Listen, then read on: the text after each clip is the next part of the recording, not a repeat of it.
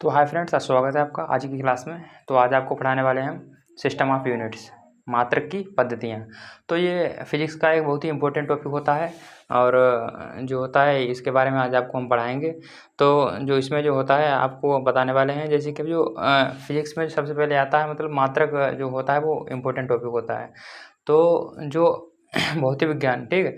तो भौतिक विज्ञान में जो भी होता है, ठीक है, तो भौतिक विज्ञान में जो भी आने वाली चीज़ें होती हैं, जो भी भौतिक विज्ञान के अंतर्गत आता है, ठीक, उसको मापने की कुछ ना कुछ विधियाँ होती हैं। अर्थात जो भी भौतिक विज्ञान के अंतर्गत आता है तो उसको मापा जा सकता है, ठीक है। अब जिन जिन मतलब चीज़ों को मापा नहीं जा सकता है वो चीज़ें भौतिक विज्ञान के अंतर्गत नहीं आती हैं। इसी प्रकार से जैसे प्राचीन काल में जैसे मतलब कुछ भी लेन देन होता था या मतलब कोई भी वस्तु लेते थे या देते थे तो उसमें मतलब वस्तुओं के लेन देन से होता था संबंध। लेकिन इसके बाद में जैसे कि माप तोल नहीं हो पाती थी और मतलब काफ़ी दिक्कतें आती थी। इसके बाद मतलब यूनिट्स की ज़रूरत हुई, मतलब मात्रकों की ज़रूरत हुई, मतलब मापन के लिए कुछ विधियों की ज़रूरत हुई, जिसमें जो सबसे पहले अपनी जो आती है, जैसे फ्रांस ने अपनाई थी सीजीएस पद्धति। तो सिस्टम ऑफ यूनिट्स के अंतर्गत सबसे पहले फ्रांस ने सीजीएस पद्धति को अपनाया था। उसके बाद यूरोपियन ने एमपीएस पद्धति को अपनाया था और जो ब्रिटेन ने एफपीएस पद्धति को अपनाया था। और इसके बाद जो सबसे लास्ट में आई जो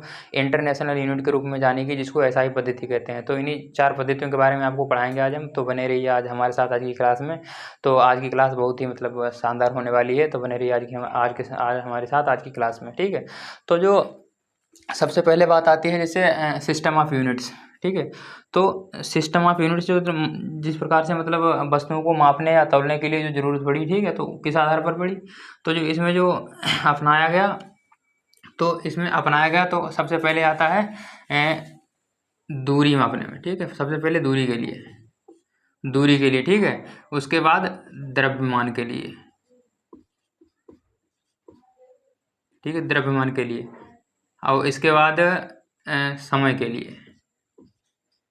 ये 3 मात्रकों के रूप में पहले मापा गया। तो सबसे जो पहले आती है नंबर 1 पे सीजीएस पद्धति। सबसे पहले आती है सीजीएस पद्धति, ठीक है, सीजीएस पद्धति। तो जो सीजीएस पद्धति होती है, सीजीएस मीन्स होता है सेंटीमीटर, जी मीन्स होता है ग्राम, एस मीन्स होता है सेकंड। तो ये जो सबसे पहले किसने अपनाई थी, फ्रांस ने, इसीलिए इसको फ्रांस पद्धति भी कहते हैं। सबसे पहले अपनाई थी फ्रांस ने, ठीक है। इसका जो दूसरा नाम है, इसको दूसरा नाम कौन सा है इसका, तो मतलब इसको मीट्रिक पद्धति के नाम से भी जाना जाता है। तो इसको मीट्रिक पद्धति के नाम से भी जाना जाता है, ठीक है। तो इसमें इसका मतलब होता है सेंटीमीटर, इसका मतलब होता है सेंटीमीटर, ठीक। इसका मतलब होता है ग्राम, इसका मतलब होता है सेकंड, ठीक है, इसका मतलब होता है सेकंड।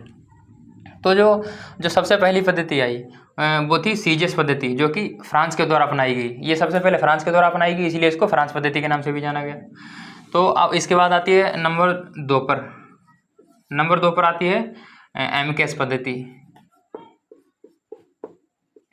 पद्धति, ठीक है। तो एम मीन्स होता है मीटर।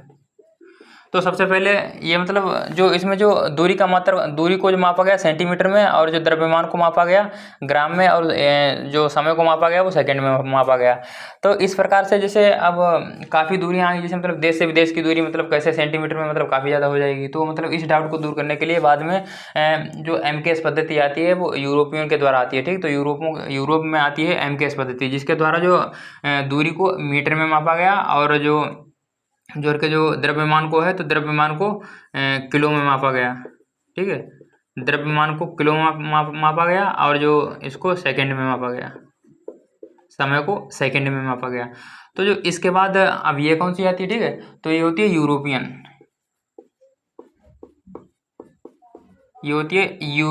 पद्धति। ये यूरोपियन के द्वारा अपनाई गई, तो इसको कहते हैं यूरोपियन पद्धति, ठीक है। तो ये आती है यूरोपियन पद्धति के अंतर्गत, यूरोपियन पद्धति के अंतर्गत आती है, ठीक है। अब इसमें दूरी को मीटर, और जो वजन होता है द्रव्यमान होता है उसको किलो में, और जो समय को सेकंड में मापा गया। अब इसके बाद नंबर 3 पर आती है एफपीएस, ठीक है। तो नंबर 3 पर आती है एफपीएस। तो एफपीएस मीन्स क्या होता है, एफ मीन्स होता है फुट,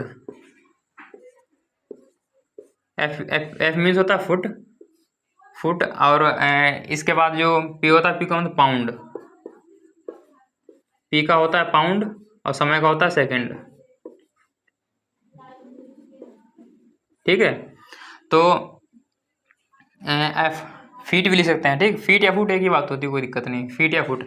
तो इसके बाद जो इसमें जो इसमें जो दूरी को मापा गया, तो सबसे पहले एफ पी एस में ही छुपाओ, जैसे एफ मीन्स होता है फीट, ठीक है, और पी में और जो एफ पी मीन्स होता है पाउंड, तो पाउंड किसका होता है, द्रव्यमान का होता है, तो पी से हो जाएगा पाउंड, और एस का किसका होता है, तो समय का होता है, ठीक है, तो समय का क्या हो जाएगा, सेकंड हो जाएगा, ठीक है। तो जो इसको किसने मापा था, ठीक है, तो ये थी ब्रिटेन की, इसको सबसे पहले ब्रिटेन ने अपनाया था, इसको सबसे पहले ब्रिटेन ने अपनाया था, इसीलिए इसका नाम पड़ा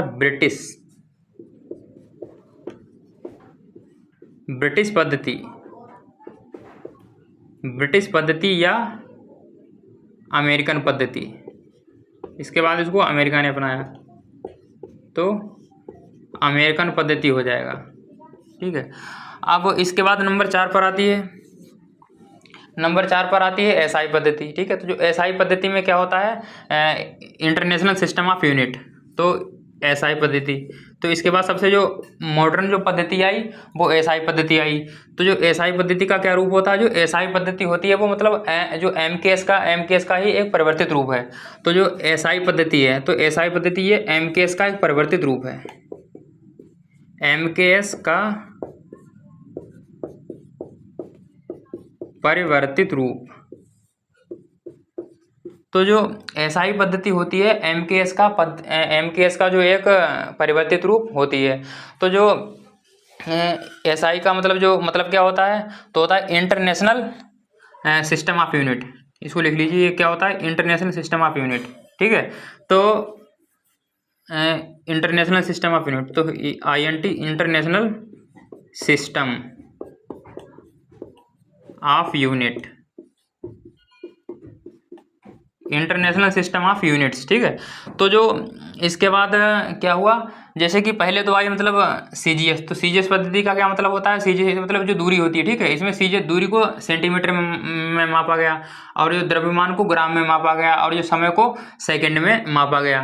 तो इसके बाद दिक्कत क्या आई, जैसे कि मतलब काफ़ी लंबी दूरी होती है तो उसको मापने में दिक्कत होती थी, सेंटीमीटर में मापने में दिक्कत होती थी, और जो द्रव्यमान होता था तो मतलब उसको जो अब जैसे इसमें तो मतलब जो पद्धति आई थी इसमें मतलब इसका मतलब जो ग्राम में था, लेकिन ग्राम से मापने में काफ़ी दिक्कतें आती थी, इसलिए इसको बढ़ाकर दूसरा मतलब पद्धति बनाई गई जिसको एमकेएस पद्धति कहते हैं, इसमें मतलब किलो में आ गया, ठीक है। तो किलो से मापने में काफ़ी जो समस्या थी वो दूर हो गई, मापने में आसानी हो जाती थी, ठीक है। तो जो इसके बाद जो आई एमकेएस पद्धति आई, तो जो एमकेएस पद्धति आई वो यूरोपियन के द्वारा आई, इसीलिए इसको यूरोपियन पद्धति के नाम से भी जाना गया। इसमें जो एम मीन्स होता है मीटर, के मीन्स होता है किलो, एस मीन्स होता है सेकेंड, ठीक है। तो दूरी को इसमें मीटर के द्वारा मापा जाता है, और द्रव्यमान को किलो के द्वारा मापा जाता है, और जो समय को सेकेंड के द्वारा मापा जाता है। इसके बाद एफपीएस पद्धति आती है, ठीक है। इसके बाद एसआई पद्धति आती है। तो इन सभी, ठीक है, तो इन सभी जो मतलब पद्धतियां हैं, तो इनके बाद जो मतलब एक मॉडर्न तरीके से मतलब जो एसआई पद्धति का एक मतलब निर्माण किया गया। तो जो एसआई पद्धति होती है वो एमकेएस पद्धति का ही एक परिवर्तित रूप है। तो जो इसको जो 1960 ईस्वी में, ठीक है, ये जो एसआई पद्धति कब आई, तो जो 1960 ईस्वी में जो इंटरनेशनल मापतोल समिति है उसके द्वारा 1960 ईस्वी में इसको अपनाया गया। तो जो एसआई पद्धति के अंतर्गत जो आने वाली जो यूनिट्स होती हैं, जो मात्रक होते हैं, तो उसमें जो मात्रक होते हैं वो 2 प्रकार के होते हैं, नंबर 1 मूल मात्रक, नंबर 2 व्युत्पन्न मात्रक। तो जो मूल मात्रक और व्युत्पन्न मात्रक को कल जो मतलब अगली क्लास में आपको जो मात्रक वाला चैप्टर पढ़ाएंगे, मात्रक वाला टॉपिक पढ़ाएंगे, तो उसमें आपको पढ़ाएंगे किस प्रकार से मतलब जो हमारे जो मूल मात्रक होते हैं और जो किस प्रकार से जो व्युत्पन्न मात्रक होते हैं, बड़ी मतलब आसानी से आपको मतलब याद हो जाएंगे, बहुत ही अच्छी तरीके से पढ़ाएंगे। तो इसी प्रकार से बने रहिए हमारे साथ अगली क्लास में। तो इसी और वीडियो पाने के लिए हमारे चैनल को सब्सक्राइब कीजिए, वीडियो को लाइक कीजिए। धन्यवाद।